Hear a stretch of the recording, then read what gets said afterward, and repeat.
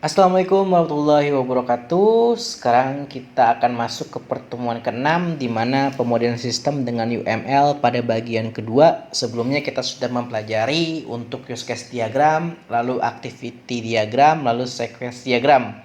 Selanjutnya dengan contoh yang sudah diberikan sebelumnya untuk pemesanan tiket pesawat berbasis online. Lalu kita akan membuat kelas diagram. Kelas diagram adalah salah satu jenis diagram yang paling berguna dalam UML. Karena diagram tersebut secara jelas memetakan struktur sistem tertentu dengan memodelkan kelas, atribut, operasi, dan hubungan antar objek. Mendeskripsikan jenis objek dalam sistem dan berbagai macam hubungan statis yang terdapat di antara objek.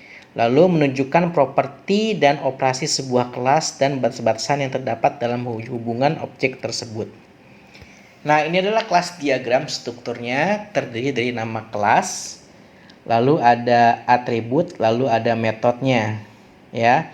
Di mana dalam sebuah properti merupakan sebuah konsep tunggal tetapi tampak seperti dua notasi yang berbeda, yaitu ada atribut lalu ada asosiasi mewakili fitur-fitur struktural dari sebuah kelas.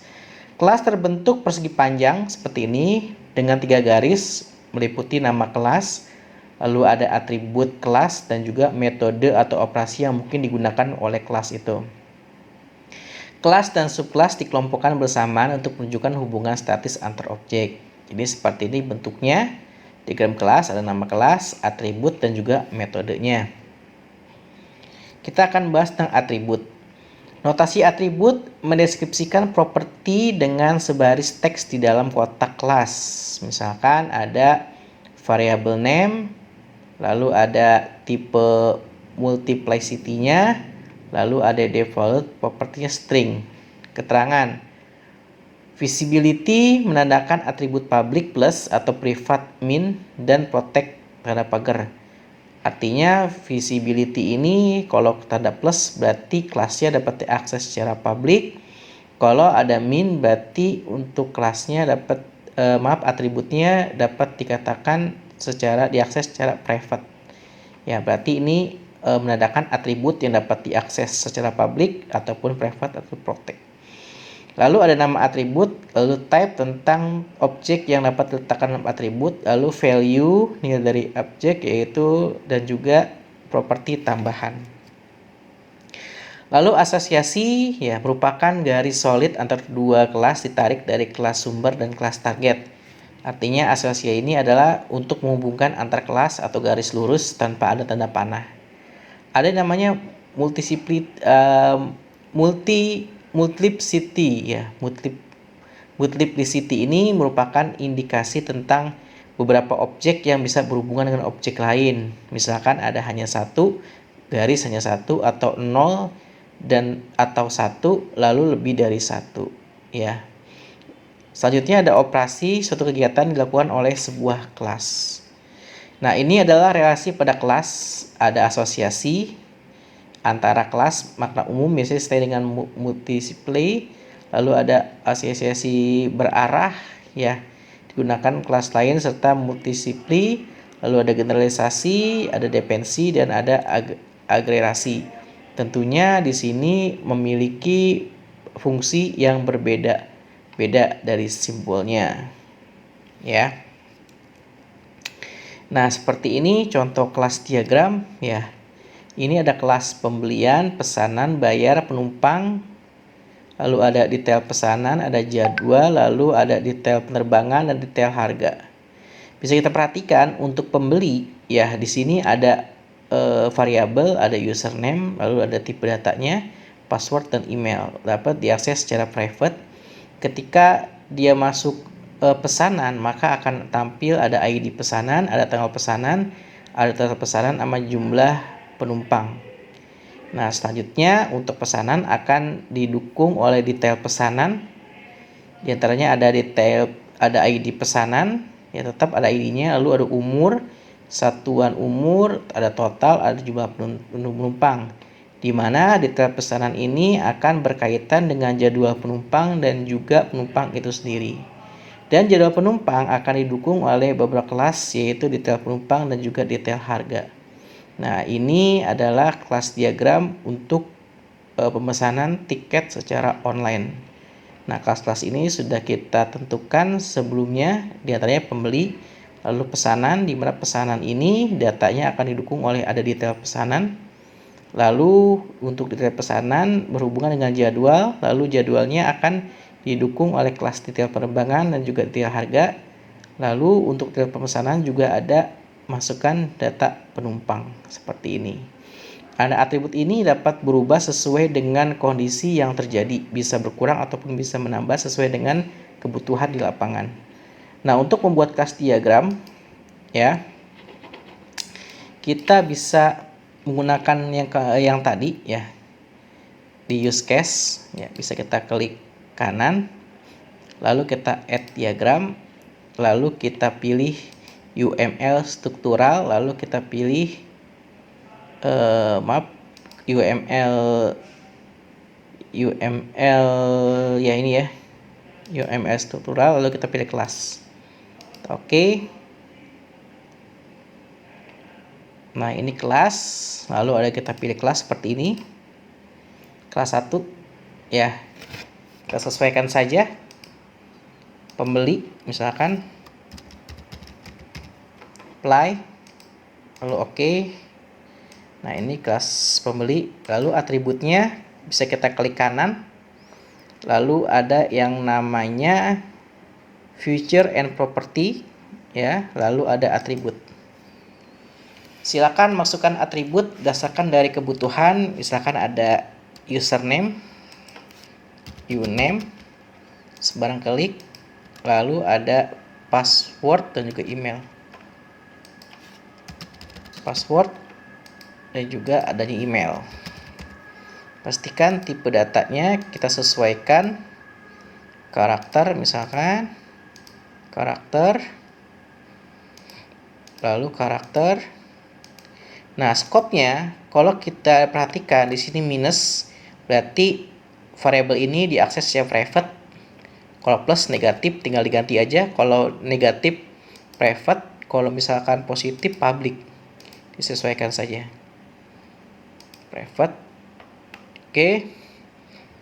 Kalau sudah seperti ini, kita close, maka akan terbentuk sebuah kelas diagram. Selanjutnya kita buat lagi kelasnya. Kita buat dengan nama pesan. Pesan, apply, lalu oke, lalu kita tambahkan atributnya, klik kanan. Lalu kita pilih feature and property, lalu kita pilih atribut. Seperti biasa, kita beri nama ID pesanan.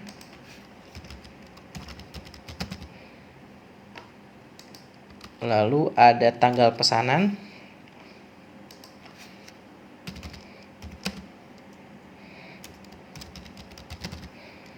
Lalu ada lagi total pesanan.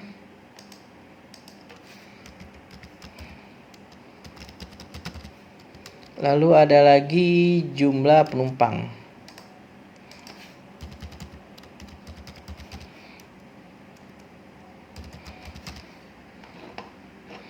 Jangan lupa aksesnya kita buat public.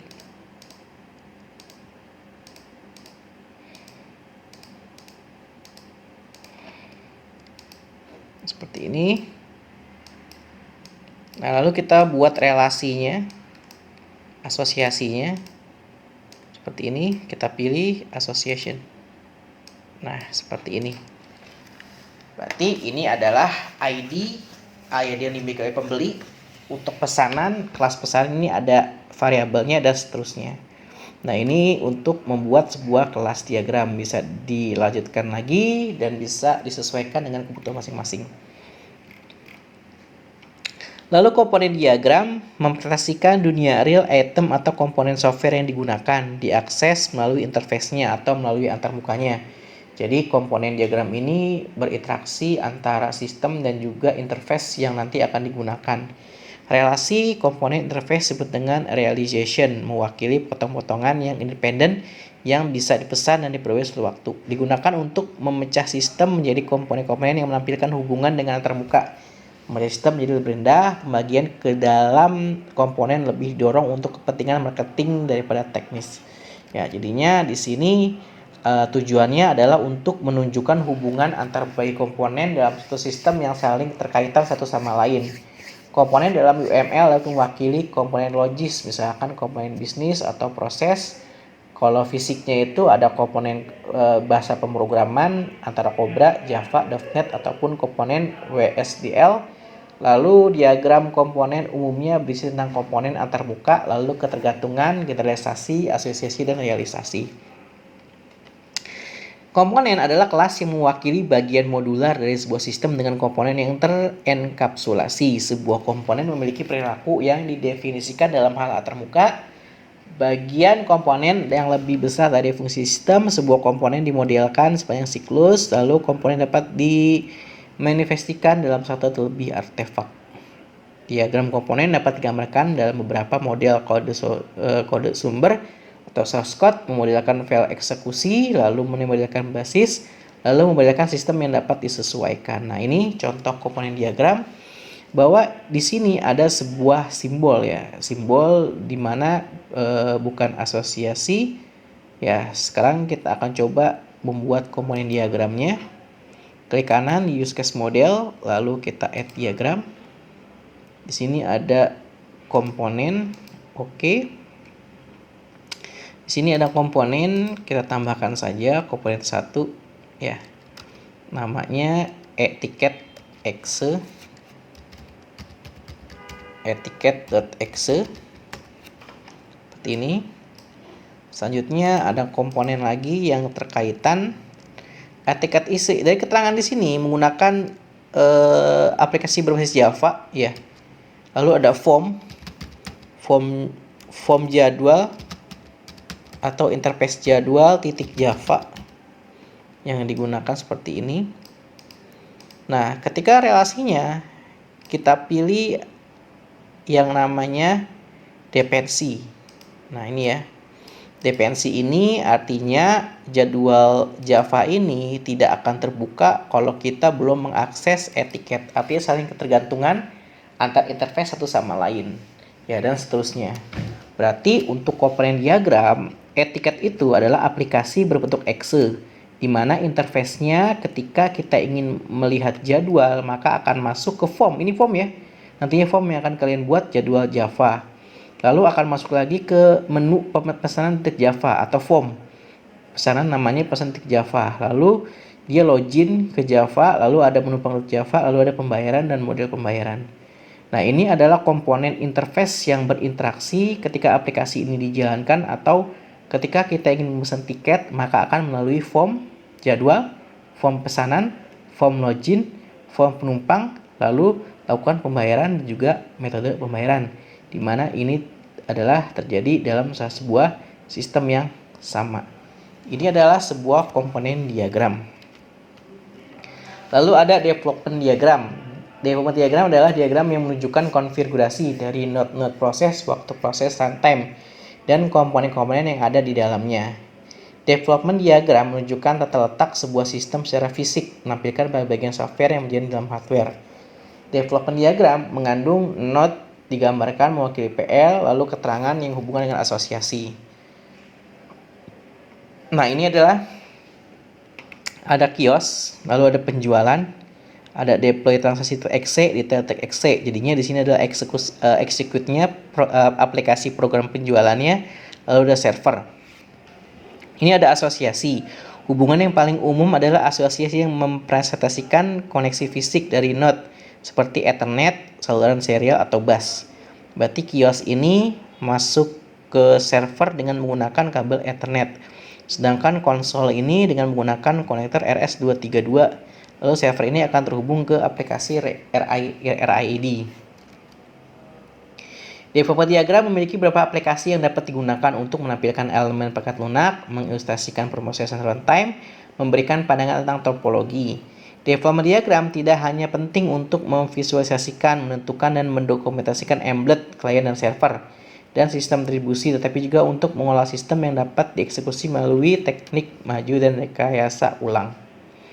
Nah, ini adalah contoh development ya secara fisik, secara hardware dan software, bahwa di sini kita menggunakan web server dengan nama XAMPP sebagai tempat penyimpanan data.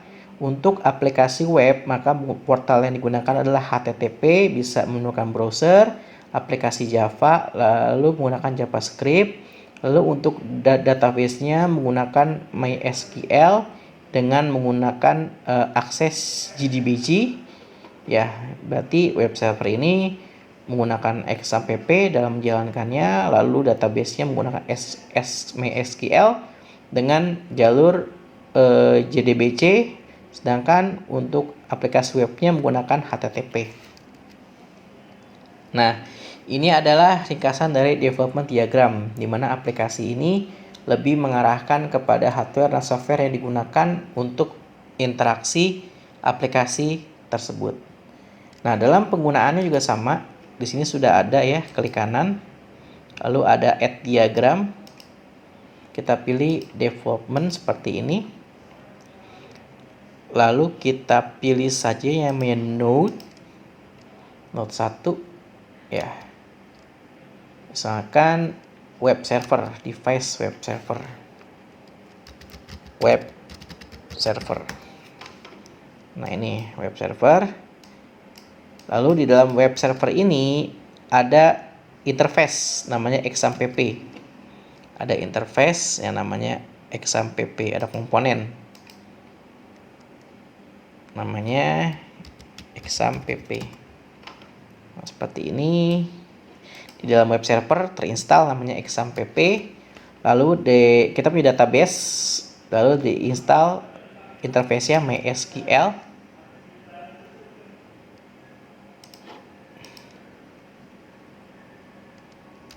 Ini database, apply oke. Dalam database ada lagi yang namanya MySQL. Oke, selanjutnya sekarang kita akan menambahkan hubungan relasinya, asosiasinya. Nah, ini artinya di web server ini sudah ada interface namanya XAMPP, di mana mengakses ke database-nya dengan menggunakan interface MySQL. Seperti itu untuk penjelasannya. Semoga bisa dipahami. Alangkah baiknya kalau sebelum kita mencoba, sebelum kita latihan, baru kita akan mengerti ataupun bisa memahami. Sekian dari saya. Assalamualaikum warahmatullahi wabarakatuh.